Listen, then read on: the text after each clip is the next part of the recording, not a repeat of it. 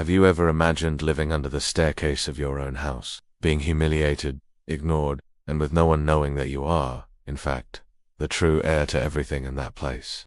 This is the true story, Saint Alexius, and it may be one of the most moving stories in all of Christian tradition. What you're about to hear might change the way you see faith, suffering, and the true meaning of total surrender. Alexius was born around the year 350, in Rome, capital of the Roman Empire, the center of power and culture at the time. He was the only son of Senator Euphamenus, one of the wealthiest and most influential men in the city. From an early age, he was raised in the Christian faith, something extremely rare in a noble family, at a time when Christians were still being persecuted. Despite growing up surrounded by luxury, Alexius stood out for his humility and compassion. While other boys of his class played in palaces or trained for politics, he chose to share food with the hungry, clothe the poor, and comfort the sick. He loved everyone equally, without distinction. As he reached adulthood, his parents arranged a marriage for him with a noble Christian woman. It was a politically advantageous union, but Alexius felt a deeper calling, a desire to consecrate himself fully to God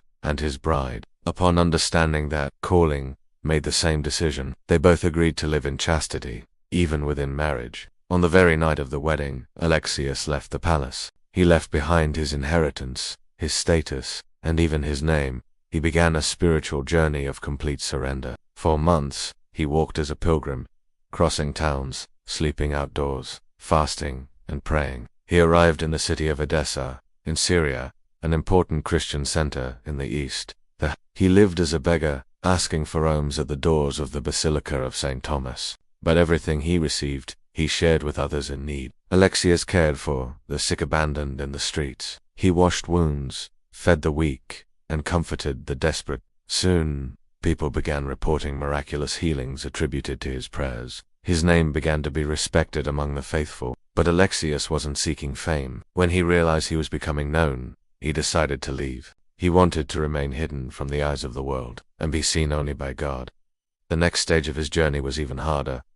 Without regular food, his body weakened. The burning sun scorched his skin. The lack of shelter and hygiene left him covered in sores. His face became unrecognizable. He was no longer the noble young man he once was, just another tramp among many. With his body worn down and soul exhausted, Alexius returned to Rome.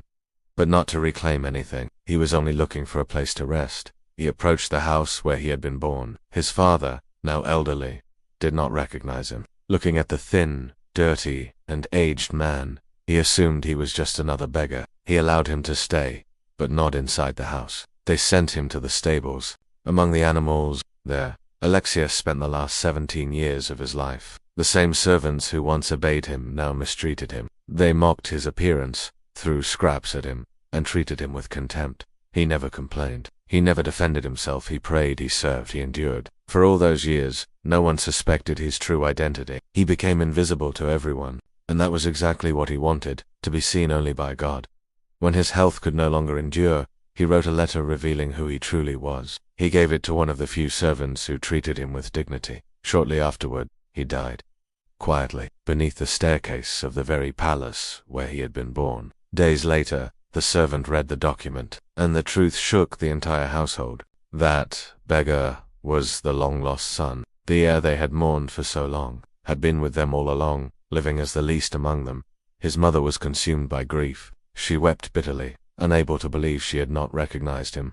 His father, devastated, fell into deep remorse. The body of Alexius was exhumed and buried with full honors. The news spread throughout the Christian world. On the Aventine Hill, where the senator's house once stood, a church was built. During the construction, they found the remains of Alexius. Pope Honorius III ordered that the church be dedicated to him. Over time, his example inspired countless religious vocations, and in 1817, he was declared the patron of the Congregation of the Sacred Hearts of Jesus and Mary. Saint Alexius became a symbol of radical humility, heroic patience, and absolute love for God. He traded the palace for the stable, honor for anonymity, glory for silence. He made himself the last, to become the first in the kingdom of heaven. And now I ask you, how many times have you passed by an Alexius without noticing? How many times has love been disguised as humility and gone ignored? Perhaps the greatest among us is still beneath the staircase.